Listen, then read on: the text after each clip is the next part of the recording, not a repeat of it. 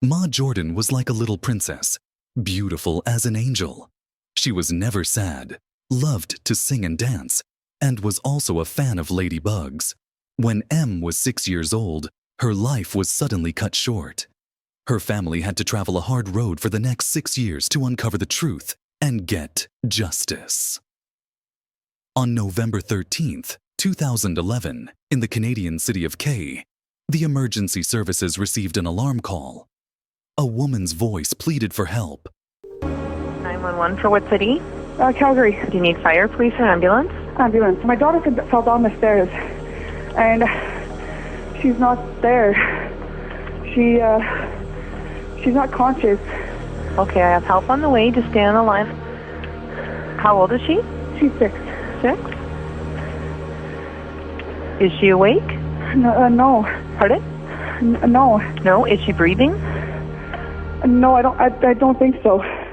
The dispatcher immediately sent an ambulance to the scene. At approximately 7:18 p.m., emergency services and CPS arrived on the scene of the call. Little M, Jordan, was unconscious and in full cardiac arrest. The girl was rushed to the nearest children's hospital. Dr. Guilfoyle, an experienced doctor who examined M, was shocked by what he saw. In all his practice in pediatrics, he had never encountered such serious injuries in children of this age. M had tangled and torn hair in places, a split lip, and a huge bruise on her abdomen, which caused a ruptured spleen and partial damage to her intestines. MRI results showed that the girl had suffered at least 3 blows to the head, causing a concussion. Doctors also noticed a strange third-degree burn on M's left palm. Without immediate treatment, all these injuries were incompatible with life. It became clear that it was necessary to call the police. M was kept on life support as the little girl fought for her life. The entire medical staff of the hospital did everything possible to save M's life, but unfortunately, after 16 hours of struggle, on November 14th, at about 1:47 p.m., her little heart stopped beating forever.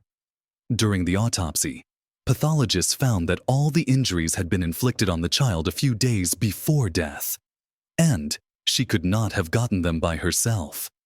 It seemed that M had been abused for a long time. Obviously, the version about falling down the stairs did not stand up to any criticism. But who was behind this terrible crime? M. Jordan was born on December 11th, 2004, to Kyla and Spencer Jordan in Calgary. The parents often quarreled, but despite this, in 2006, they had another child, whom they named Lee Y. After the birth of the boy, relations between the couple deteriorated further, and in 2009, they divorced. A legal battle began for custody of the children. Each parent wanted the children to live with them. Eventually, the court ruled on joint custody. M and Lee Y were to spend time with both their mother and father. This suited both parties as the ex-spouses lived in the same city. 2 years passed. Kyla remarried a man named Brian Woodhouse, and Spencer started living with a new girlfriend, Marie Magoon. The children continued to visit their mother and father in turn.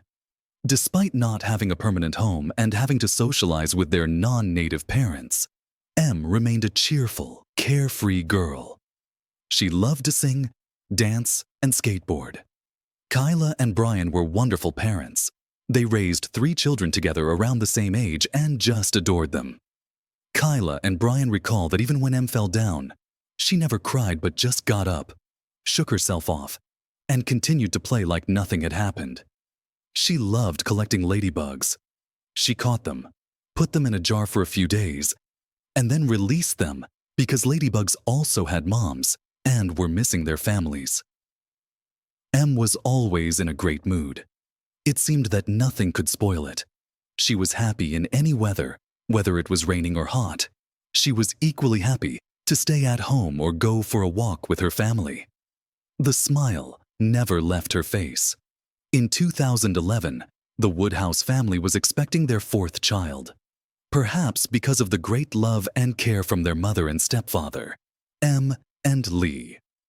Y were a little spoiled and sometimes naughty, But Kyla and Brian easily found a common language with the children.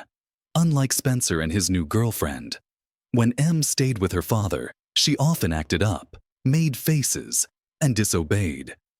This irritated Marie Magoon, who did not have her own children and obviously had no idea how to properly raise someone else's child. But in fact, Em was not a problem girl. She always knew how to find positives in any situation.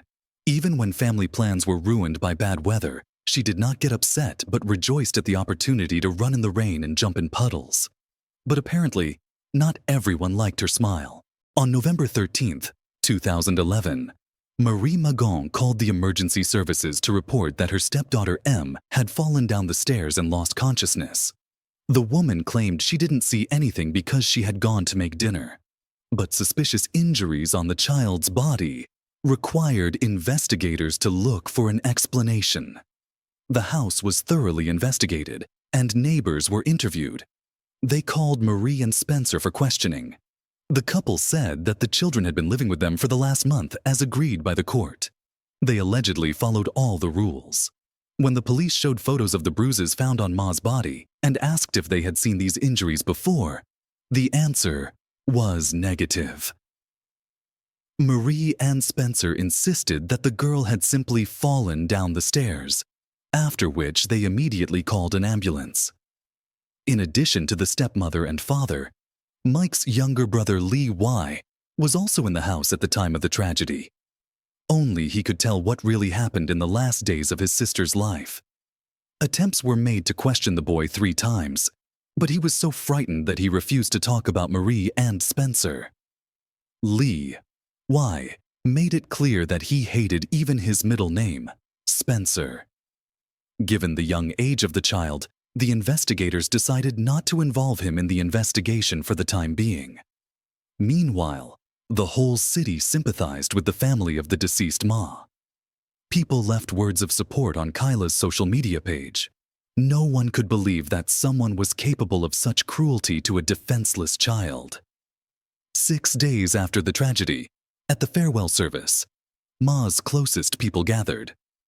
During the ceremony, the girl's favorite song played, and a pink princess-shaped balloon circled above the coffin. People react differently to the death of loved ones and experience it differently. But there was one oddity that could not be overlooked. Ma's stepfather, Brian Woodhouse, spoke of her with great loving care. He didn't hide his tears. He wasn't Meik's biological father, but he was the one who was sincerely grieving for the girl. At the same time, the girl's father reacted very reserved, if not indifferent. His blank, detached look appeared strange. How could one be indifferent to the death of his child if even the investigator's voice trembled when he described Ma's injuries and the moment of her death in the hospital? The primary investigator assigned to the Meika Jordan case, Calgary police homicide detective Meika Jordan, and his team realized that the cause of Meik's death was hidden in her biological father's house. It was obvious that Spencer and Marie were covering something up, but there were no leads against them. The investigators decided not to bother Spencer and Marie anymore, giving the false impression that they had been forgotten. So, life went on, at least for Marie and Spencer. For a year after Ma's death, they behaved as if nothing had happened. The police did not visit them, but instead, the couple made new friends. They attended bars, concerts, casinos, parties, and double dates. They met new people and had fun. Their new acquaintances didn't even know about the tragedy that had occurred in this family. Investigators were convinced that Ma's death was not an accident. Marie and Spencer's story did not explain the numerous injuries found on the girl's body. Also, Spencer and Marie allowed themselves to speak negatively about Ma's behavior. It was strange that neither of them saw the moment the child fell, and it seemed even more suspicious that they did not look sad either on the day of the tragedy or during the interrogation. One of the neighbors told the police that he had seen Ma at home alone for several days and wondered why she was not going to school. According to him, The girl looked exhausted. Her face was covered in bruises and scratches, and her eyes radiated fear. I saw some scratch on her face. Then I asked the mother what happened to your baby. A lot of bleeding on her face.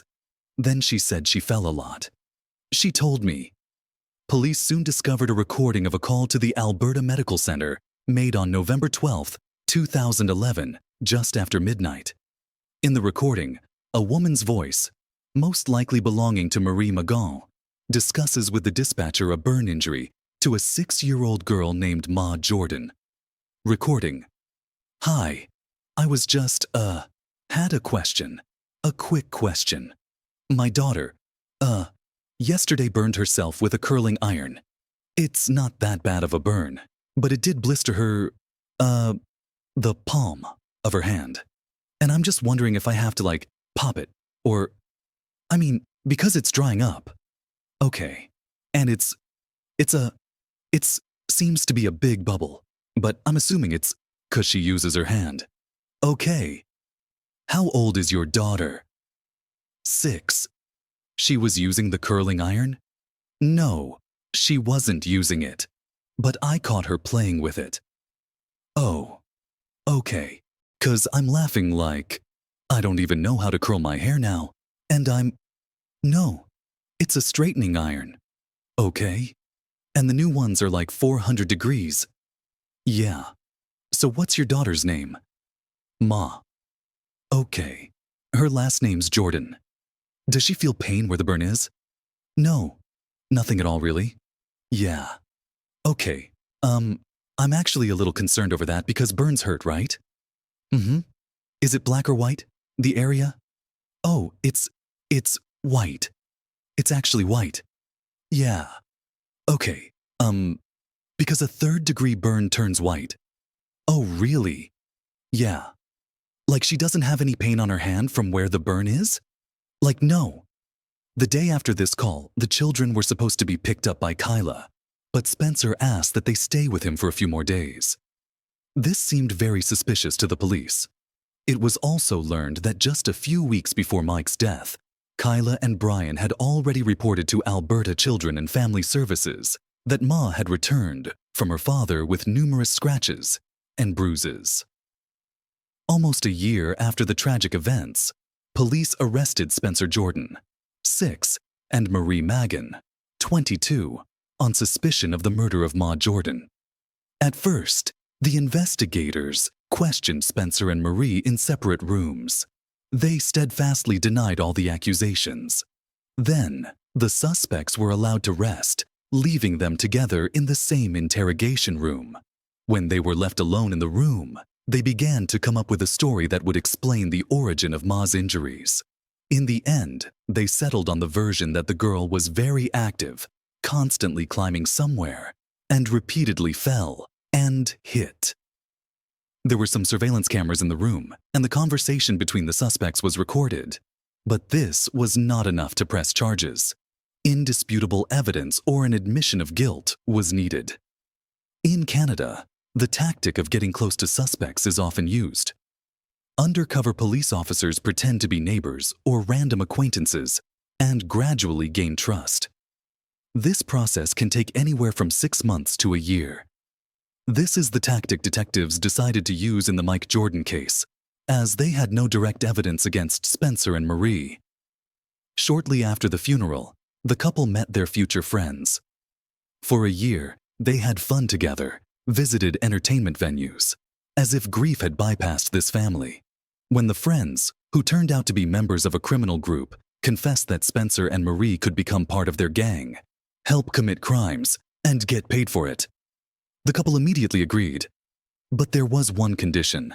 They must tell what really happened on November 13th, 2011. Only then would they be able to gain the trust of the criminal authority. Spencer and Marie did not hesitate for long. Here's what they told their new friends. It turns out that Ma got the burn because she disobeyed Marie. The woman decided to punish her stepdaughter. She clamped the girl's hand between her legs so that she could not break free, and for several minutes burned her palm with a lighter. Marie was afraid that the next day when Kyla came for the children, she would see the wound and start asking questions. Therefore, she and Spencer decided to persuade Kyla to leave the children longer, supposedly so that Ma could spend more time with her father. In fact, they wanted to wait until the burn had healed at least a little. The couple admitted that they constantly bullied Ma because she did not obey. Spencer pushed her with such force that she flew several meters and hit cabinets and walls. Marie grabbed Ma by the arms and shook her, pouring out all her anger on her. The girl repeatedly fell down the stairs, which was also a punishment for bad behavior. Ma was beaten, dragged by the hair, and had her hands tied. When the girl had no strength left and asked for food, she was forced to climb the stairs, and when she could not do it, she was dragged up by her hair. The child was kept dirty, not allowed to sleep, or go to the toilet. The bullying went on for a long time, which is why Ma developed a huge bruise on her stomach that required immediate treatment. Marie justified her actions by saying that Ma misbehaved, so she needed to be taught a lesson. The woman admitted her guilt only in that she went to prepare dinner at the moment when the girl fell down the stairs for the last time. In her opinion, it was this fall that led to the tragic consequences. In fact, during a conversation with undercover police officers, Spencer and Marie admitted to prolonged abuse of the child. This should have been enough to prove their guilt in court. But under Canadian law, such confessions cannot be considered evidence because there is a possibility that the suspects made up this story in order to gain the trust of their new criminal friends. In 2014, first-degree murder charges were laid against Jordan and Magoon. It is hard to imagine the suffering and grief of the mother as she listened in the courtroom to the details of Spencer's abuse of their own daughter in the company of his partner, Marie Magoon. The poor woman held on with all her might but collapsed as soon as she left the courthouse. A Canadian court refused to take into account confessions obtained during undercover police operations. However, detectives and the prosecutor did manage to prove that the injuries on Ma's body were the result of constant beatings and abuse by her biological father and stepmother. Under the guise of nurturing, they inflicted unbearable pain on Ma. Her freedom was restricted, and she had no opportunity to seek help. So far, all of these actions and lack of actions killed Ma. Marie and Spencer's trial continued. Kyla and Brian attended every session. This close-knit couple, in matching black leather jackets, surrounded by a team of supportive friends, commanded respect and sympathy. 3 years after Mike's death, they waited and demanded justice. In June 2015, Jordan and Magoon were found guilty of second-degree murder and sentenced to a minimum of 17 years in prison without parole. Kyla and Brian Woodhouse considered such a sentence too lenient. They were convinced that Kyla's ex-husband and his new partner had committed all these atrocities on purpose over a long period of time and for the sole purpose of killing a defenseless child. After the verdict, Kyla and Brian filed several appeals. In November 2017, almost 6 years after Meik's death, the Alberta Court of Appeal reviewed the previous decision and made the very rare decision to increase the previous sentence, finding the defendants guilty of first-degree murder. The Supreme Court of Canada left this decision unchanged. Justice for little Ma was finally restored. This day was a real feast for Kyla and Brian. Kyla and Brian remember their little Ma with great love. They carefully treasure her belongings, toys, and notes. Ma's brother carries a special memorial keepsake. It is a pendant with a special glass window. Inside are some of Ma's ashes and a little ladybug. Together, they visit her in the Angel's Garden. Rest in peace, little Angel Ma. May your true family be happy. I just wanted to say a big thank you to everyone who watched this video all the way through. I'd love to hear your thoughts on this case in the comments. And please, don't forget to subscribe to my channel. I'd also like to send a special thank you to everyone who has donated to support my channel. Your support means the world to me and gives me the motivation to keep making new and interesting investigations for you, my wonderful viewers. Thank you all so much.